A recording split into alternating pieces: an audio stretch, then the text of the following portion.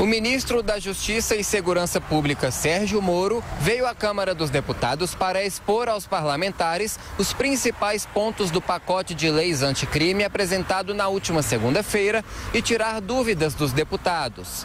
O evento foi fechado à imprensa. Logo depois, ele falou com jornalistas e defendeu alguns pontos tidos como polêmicos no projeto.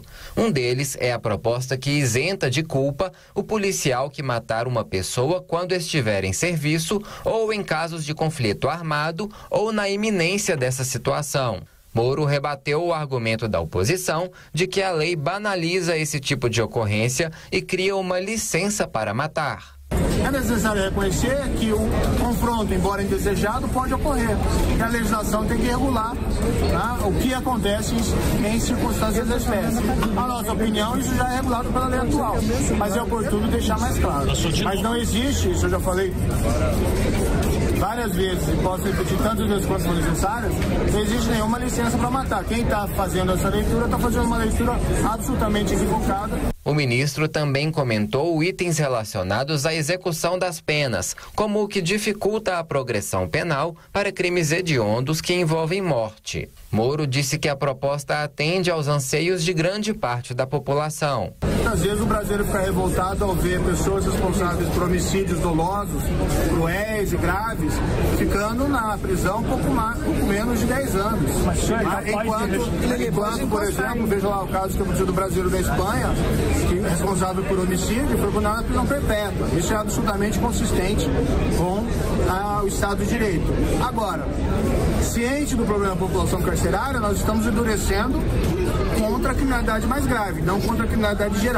Sérgio Moro atendeu a um pedido dos governadores e fez a primeira alteração na proposta. Incluiu um trecho que nega liberdade provisória a pessoas detidas por porte de armas pesadas. Mas a ideia é assim, tirar pessoas, muitas vezes com armamento pesado, identificativo de serem membros de organizações criminosas, da circulação, protegendo o cidadão. O pacote anticrime ainda não foi enviado ao Congresso. O ministro Sérgio Moro só está esperando o presidente Jair Bolsonaro retornar a Brasília para que ele assine o projeto. De Brasília, Levi Guimarães. Professor Vila. O importante é encaminhar bem essa questão. Então, o ministro Sérgio Moro está fazendo o trabalho correto. Consultou alguns ministros do Supremo Tribunal Federal, Alexandre de Moraes, por exemplo, né? Vai conversar com advogados, aqui em São Paulo hoje, inclusive, né, no Instituto dos Advogados. Conversou ontem com os governadores, incorporou sugestões dos governadores. É assim que se faz. Você tem um projeto bruto, você vai incorporando, ouvindo, para chegar a uma proposta que você sabe que tem condições de ser aprovada pelo Congresso Nacional. Ela vai receber um bombardeio enorme. O PT é um partido criminoso, né? Estamos falando de um partido que produziu Petrolão, né? Entre outras. Então, vai tentar sabotar todas as medidas. Então, constrói leituras que não estão presentes no conjunto das medidas, como, por exemplo, licença para matar. Essa expressão já se consagrou. Eles estão dizendo que agora qualquer policial pode matar quem quiser a qualquer hora, não vai acontecer nada. Isso é mentira. Isso é mentira. E o ministro já esclareceu brevemente. Isso é mentira, isso não existe. Lembrou, inclusive, isso é importante, a legislação de países plenamente democráticos, Estados Unidos e Europa, né? Como é que se trata essas questões nesses países. Fez questão até de exemplificar e demonstrou como é que isso funciona, tal. Então, o conjunto das medidas, são muitas, né? Se adequa ao que há de mais moderno no direito penal do mundo. E não a uma legislação imaginária que não existe nem na Islândia, nem no melhor dos mundos, entendeu?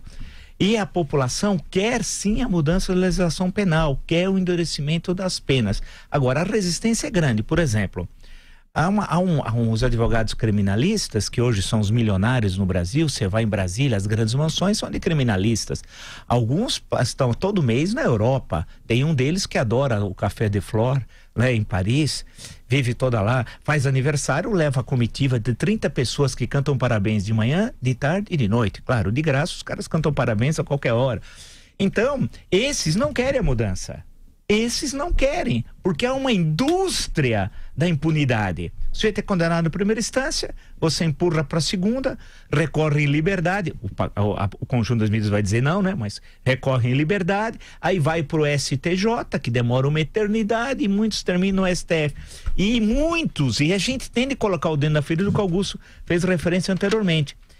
Muitos escritórios já vendem para os seus clientes a ação seguinte: vem para cá, eu mato no peito lá em Brasília. Eu ouço isso todo santo dia. Eu não estou inventando. Eu vejo isso. Eu mato lá em Brasília. Eu mato no peito. O que é matar no peito? É postergar.